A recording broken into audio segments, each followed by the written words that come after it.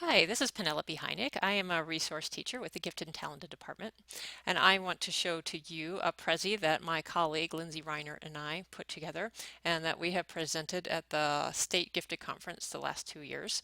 And what we were talking about was using technology to really foster critical thinking skills and rigor in the classroom.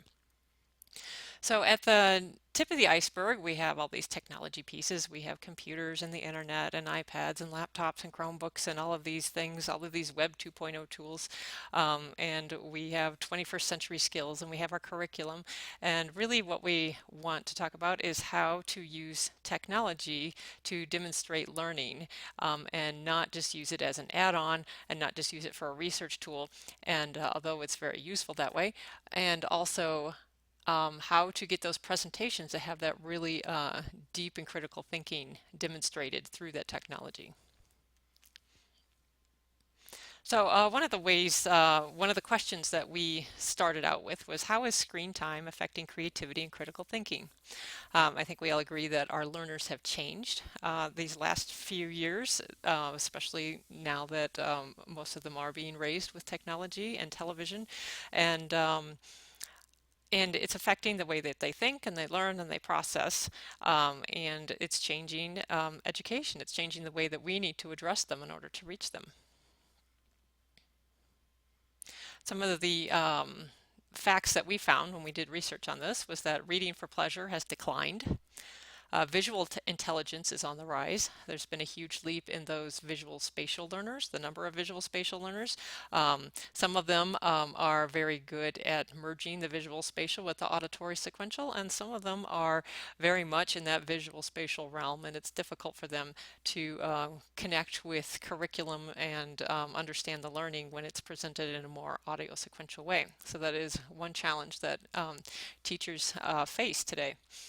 Also, there's a growing body of research that technology can be both beneficial and harmful to different ways in which children think. And of course, that depends on how it's used, how much screen time they have, and all kinds of other factors, what they're looking at, etc.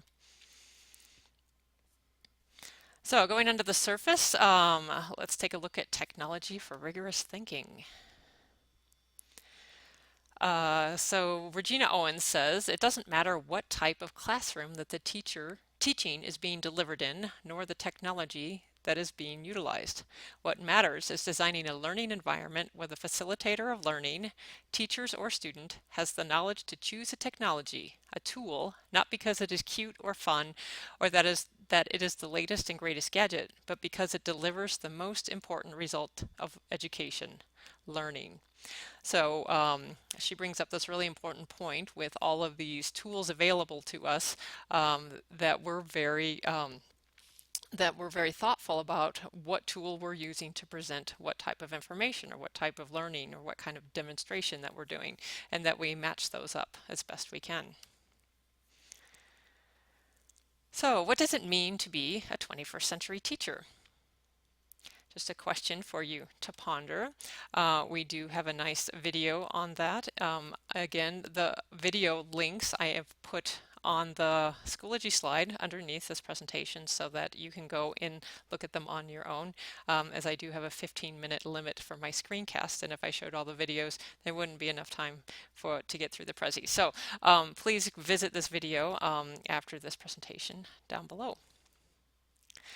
And we also showed lots of examples. So this is a second grade example from Hackberry Hill of a technology project. Again, you can access the link to this under the presentation. And another project from fourth grade from Hackberry Hill. So these projects and the other examples that you're going to see come out of our technology challenge that we created in the Gifted and Talented department. And I have the link with all of the resources to that so that you can access that and see all of these, how it's organized and laid out. Lots of schools have taken this technology challenge and modified it to fit their needs. So it is based on inquiry-based learning, and there's a very strong emphasis on application, synthesis, and transfer, so those higher order thinking skills. Um, Again, the project is organized and planned before the tool is chosen. Thinking about that thoughtful choice about what tool is going to be best to show what I want to show. The projects are connected to content standards. They use language arts standards, and sometimes they connect it to another class, to social studies or math, or to other classes, so that whatever content standards are going on at that time. And there's also lots of templates and rubrics that are available in that Technology Challenge packet for you to explore. And this is one example of a planning template that you can find there.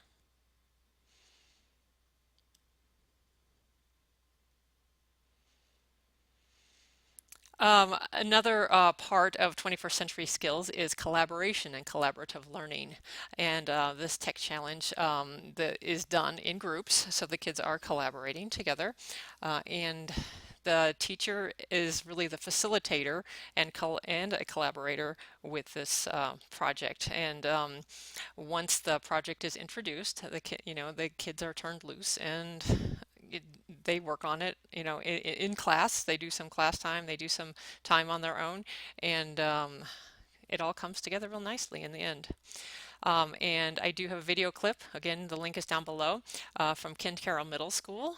They've done an excellent job with their technology challenge, and this is a clip from the start of the technology challenge. They pull the kids together for a couple of hours and do some work around collaboration and critical thinking and things like that to prepare their students for the tech challenge. And this is a video clip of them working with the students around the topic of collaboration. And this is a very nice example from Wheat Ridge 5-8, a middle school group, and this video really touches on that social emotional piece and helps with that social emotional development, as you'll be able to see when you access the video. So again, there's lots and lots of tools out there. There's no one tool that's good for everything. I find also that there's no one device that's good for everything either. So again, it has to be very thoughtful what tool we're pairing up with our project so that we can have the best result. Here's a couple of links to some classroom tools, some in Web 2.0 tools, if you want to get caught up on some of the latest and greatest tools that are out there. These links come up in your Explore section of this session so that you'll be able to have a chance to explore them for yourself. And finally, we have a high school example on cyberbullying. This one was done with an Animoto, and they did a really nice job with the content on this one.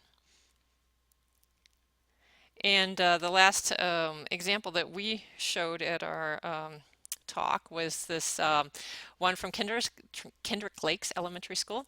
They use a stop motion, and this is a unique teacher who is there, and he has actually created with his students a paper company, and they create notebooks and calendars and things like that as fundraisers and then use them to fund school projects. So this is a video that came out of that.